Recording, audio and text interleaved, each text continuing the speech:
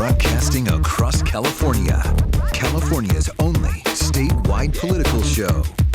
You're watching The Issue Is. Dolores is an icon. She's a civil rights hero. She's the first general that I followed into war. She's not afraid to speak truth to power. Dolores Huerta, who is an old friend of mine. The FBI knew how dangerous Dolores was. Dolores came up with the slogan, "Si se puede." Yes, we can. The documentary Dolores tells the story of one of the most influential Californians in modern history, and she never even held elected office.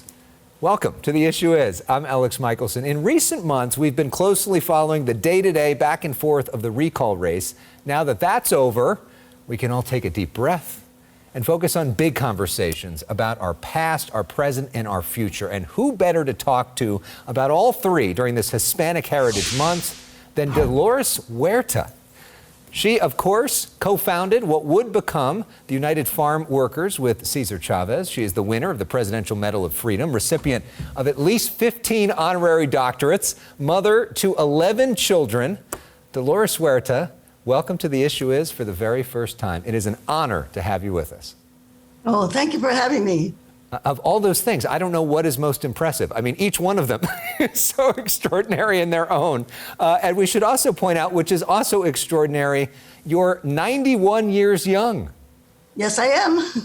which is an amazing testament to such a life well lived. Well, we want to talk about your background and your decades of activism, but let's begin in the current moment, your activism now. You were real involved in helping Governor Newsom fight the recall. Here, both of you are in the final days of the campaign.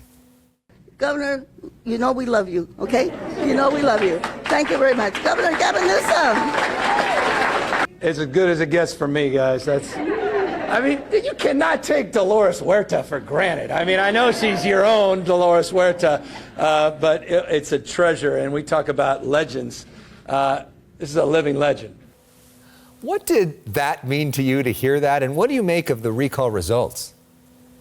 Well, it really shows that people in California, unlike the rest of some parts of our country, that they really they stand up for the things that the governor has done, which is getting more support, more resources, especially for our low-income communities, for our communities of color, and also being out there in front in terms of trying to contain and control the COVID-19 pandemic. Yeah, which has so disproportionately affected the Latino community as well. Let's go back now. You began your activism in the middle part of the 20th century. When did you first realize what injustice was and the importance of speaking out about it? Well, as a woman of color, you face that injustice growing up. You have it on the streets when police stop to harass you. You have it in the school system where the teachers were not very supportive and they look down and make life difficult for you. And so you fight this racial discrimination growing up, and it really it hurts you, but at the same time, you want to do something about changing it. Yeah, and you met Cesar Chavez, and then the two of you would become such important labor leaders together. How did he change your life, and what's sort of the most important lesson you learned from him? Well, Cesar was a genius. He was very, very smart. He never had a chance to go to high school or college, but he was very, very committed to work for farm workers. He always had a book under his arm, but he really believed in poor people and the fact that they were intelligent, that they could make a difference, and that they had the power to make the changes for themselves. And part of the way you did that was with a strike over grapes, which kind of changed the power dynamic here in California. Talk to us a moment about that. Well, the situation of farm workers was really desperate. They were earning like 70 cents an hour. They didn't have unemployment insurance when they finished working. Ronald Reagan vetoed unemployment insurance for farm workers 3 sessions in a row. They didn't have cold drinking water. They didn't have bathrooms in the field. You can imagine what that was like for women. Not even giving the farm workers a toilet when they're miles and miles away from the nearest town, the nearest gas station. And these are the situations, and then being discriminated, working from sunup to sundown. So this is the situation that farm workers were in. And thank goodness that we did learn how to organize, and we were able to organize the workers to stand up for themselves. Do you think that some of the work that you did helped humanize people? Do you think that in some ways some of the farm workers were not even thought of as full human beings? Well, that's true. I think when people sit down at their dinner table every night, they don't think about the people that are out there in the hot sun, every single day. Even during the pandemic, they were out there every day picking the fruits and the vegetables, and the people that work in the packing sheds, the meat slaughterhouses, all those people out there that are working hard to put the food on our table, and we don't think about them. And I think that, again, is the legacy of slavery that we have in our country, that the people that do the essential work, and it's not just farm workers, it's the custodians, the people that clean our buildings, the people that build our buildings. And, we really don't honor them or respect them the way that we should. We kind of tend to respect people that are millionaires and billionaires and people that have a higher education, but we don't think of the people that are out there doing the manual labor every single day to keep our country safe, clean, and fed. Yeah, literally the essential workers of our country. One of the rallying cries of your organization was "Si se puede," this phrase that you hear at every single California event since. It's actually your phrase. What's the backstory? Well, Cesar was doing a fast in Arizona, a water-only 25-day fast, because the governor had signed a law that if farm workers went on strike, they could go to prison. If you said boycott anything, you could go to prison. And so Cesar did this fast in Arizona to protest against that law, which was finally overturned, by the way, by the Arizona Supreme Court. But many of the professional people there in Arizona would say to me, "Oh, Dolores, here in Arizona, you can't do any of that. In California, you people can do a lot of great things, but here in Arizona, no se puede, no, you can't." And so my response to them was, yes, you can in Arizona, si se puede in Arizona. And that was born in 1972, that slogan. Well, up next, we're going to have more with Dolores Huerta. We'll talk about her being on stage with RFK on the night of his assassination, her receiving the Presidential Medal of Freedom from President Barack Obama, who used her phrase. But as we go to break, Dolores, we like to play music on this show.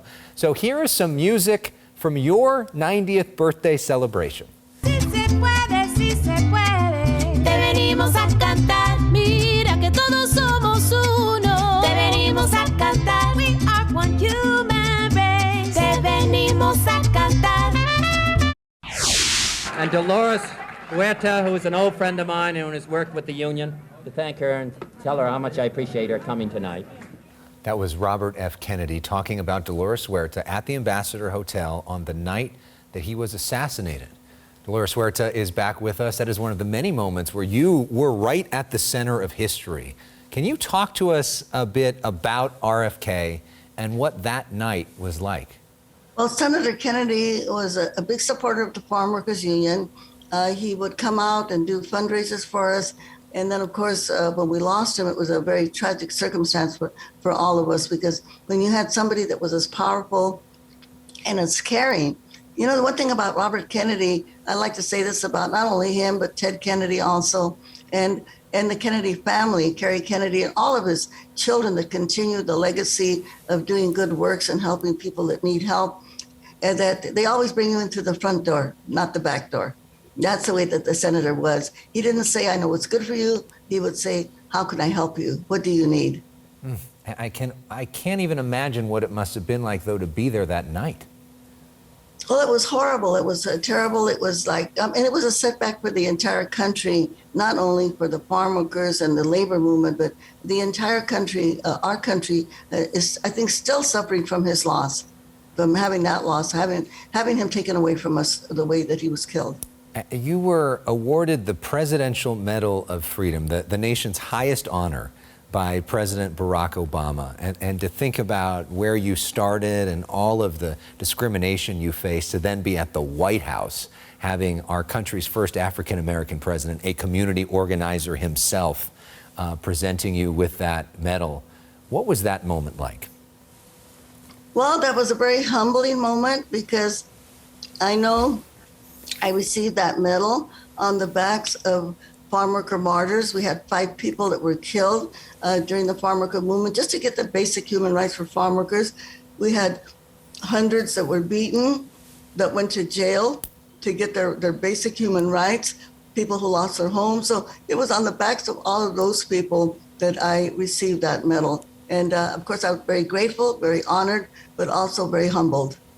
And on that day, the president admitted that his iconic phrase, "Yes, we can," really came from your iconic phrase. Take a look at this moment. And on a personal note, Dolores was very gracious when I told her I had stolen her slogan, "Si se puede," yes, we can. Knowing her, I'm pleased that she let me off easy, because Dolores does not play. I love the look at your face there. He's right, though, right? All right, yeah. When I met the president, he said, I stole your slogan. I told him, yes, you did. Well, it seems to work out pretty well for both of you. When we come back, Dolores Huerta is going to talk about activism today. But we go to break with more music. This is will.i.am's viral video from 2008, which is really an homage to Dolores Huerta's phrase. Take a look. Yes, we can. Yes, we can. Yes, we can. Yes, we can. Every citizen has power, but in order to achieve the peace that we all yearn for, that we've all got to get involved. So, what do we say? Can we do it? We say, yes, we can. And in Spanish, we say, si se puede. Dolores Huerta talking about activism on the TED Talk stage. Dolores is back with us. You have been fighting for decades for workers' rights, immigration reform, reproductive freedom, voting rights. All of those issues are back in the news right now. And I'm wondering, what is your advice to the next generation of activists? Well, first of all, I want to thank them for all the people that have been marching and protesting, whether it's the Me Too movement, the young people that are marching against gun violence, and of course, immigrant rights, and everything that's been happening right now. But just to remind them that whatever we're fighting for, it's got to be put into a law that can be implemented, that can be enforced, and where people can be held accountable. So sometimes we think, well, I already marched, I protested, and that's all that I have to do.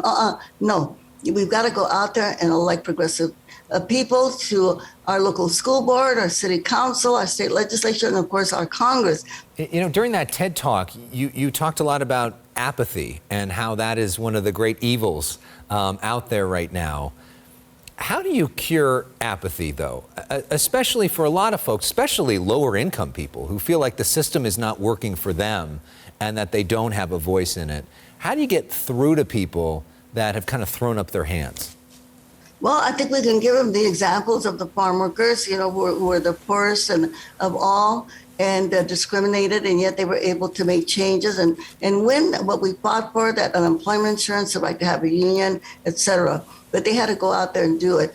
And you mentioned Robert Kennedy. Just before Senator Kennedy was killed, his last words were, "We have obligations and responsibilities to our fellow citizens." We have obligations and responsibilities to our fellow citizens. So if all of us can take that to heart, because the changes that we need to see, it's not only for our families or our community, but it's really for our country and for the world. Because the United States of America is the most powerful country in the world, the richest and the most powerful country in the world. So what we do influences other people. And I do want to mention, though, because we're talking about Hispanic Heritage Month, I love to say to people, Google a map of the United States before 1848. What you see there will surprise you, because a third of the United States was Mexico. So when they say to us Mexican Americans, go back where you came from, we'd say, hey, we were here before the United States was the United States of America, okay? And all of the indigenous people of the South American and the North American continent, the indigenous people, they are the natives of this land. And by the way, also, we've got to change the curriculums in our educational system. Like in California, ethnic studies is now going to be mandatory in high school. But we have to bring that down to pre-K level, pre-kindergarten, because children are not born racist or homophobic, or sexist. They are taught this by the cultures or the families that they grow up in. But this is our moment of awakening in the United States. It's a moment of reckoning in the United States. And I think we are all feeling that what is happening right now is very, very vital, very alive. And we all want to be part of what's going on right now, to know that we had a hand in making the changes that need to be made. And of course, you are already and will increasingly be an important part of our textbooks for young people for generations as well, which is quite an extraordinary thing. Up next, Dolores is going to be here for one last segment to play our personal issues game, our name game, plus a talk about her legacy. But first, more music from Dolores' 90th birthday party. Here's Sheila E. Don't you worry about that. Come on, Southside. Don't you worry about that.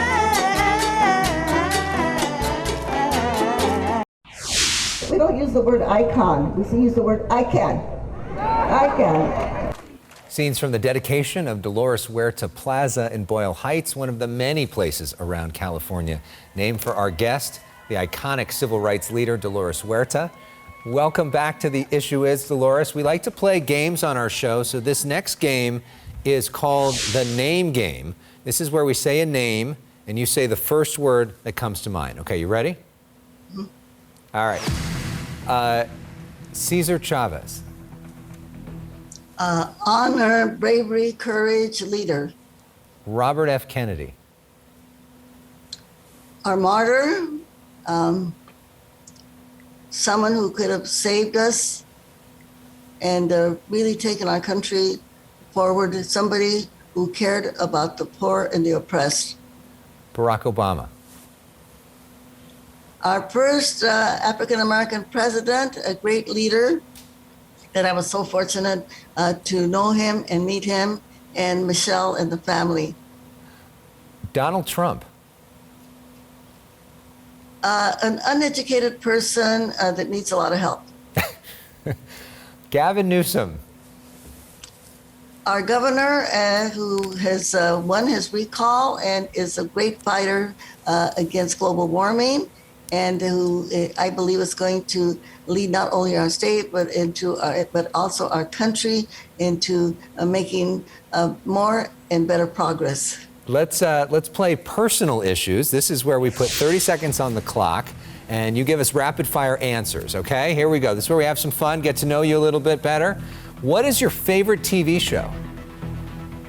I think Rachel Maddow.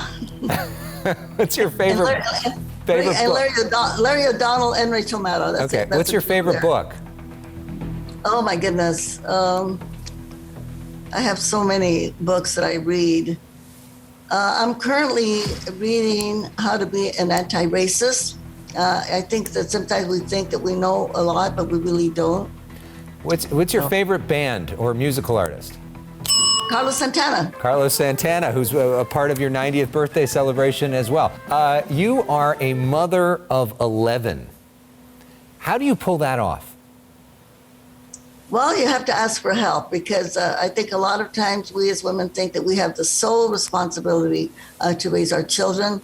But we know women are needed in civic life, and so we need women to also get involved, to get them to run for office, because we need the feminist voice, the feminist intellect out there as leaders. As Coretta Scott King said, we will never have peace in the world until women take power. So we have to do everything that we can to get as many feminists, I'm going to use the word feminists, those that believe in women's rights, elected to office. And you've also pointed out in the past that feminist isn't just women, that men can be feminist as well, as long as they're in favor of women's rights. Absolutely. And you know, you have such a living legacy. Just recently in Burbank, middle school was renamed for you instead of a eugenist, which is such a fitting thing. There's so many different places that are named for you. But if you had to sort of succinctly sum it up, how would you describe your legacy? Well, I hope it is one of being an organizer, of being out there and getting people to get rid of their apathy, for people to become activists, to take responsibility, and not only for their lives, but for their communities and for our country. Because we know we can't have a democracy unless people engage. because if people are not engaging, then you don't have a democracy. And I like to quote this great Spanish philosopher, Jose Ortega y Gasset, who was the philosopher in Spain before Franco took power, the dictator Franco. And he said, if you do not have an educated citizenry, then the powerful, the greedy, and the corrupt will govern. Mm-hmm. And so that is why it is so important for all of us to take our citizenship and our residency, that we take it seriously. And when we talk about democracy for the people, that's us. We are the people. But if we are not informed, if we do not engage, then we do not have and will not have a true democracy, especially now that our democracy is being challenged on so many different fronts. Well, that is literally the purpose of this show, is to educate the citizenry. That is my personal life mission. And I am so honored to be able to spend this time with you, to learn from you. Thank you for representing the little guy and giving more people a shot. It really means so much to be able to learn from you. Thank you so much for coming on The Issue Is. Well, thank you for inviting me. I'm really appreciative. Thank you. That's all for this week. Before we go, can you give us a si se puede? Absolutely. And just one thing, too. You know, I always like to end my chants by saying to everybody out there, who's got the power? And you've got to say, we've got the power. What kind of power? People power. Are we going to go out there? Are we going to engage? Are we going to vote? What do we say? Sí se puede. Sí, yes, we can. Sí se puede. Sí se puede. Sí se puede. Dolores Huerta, yes, we can. Sí se puede. Thanks for watching, everybody.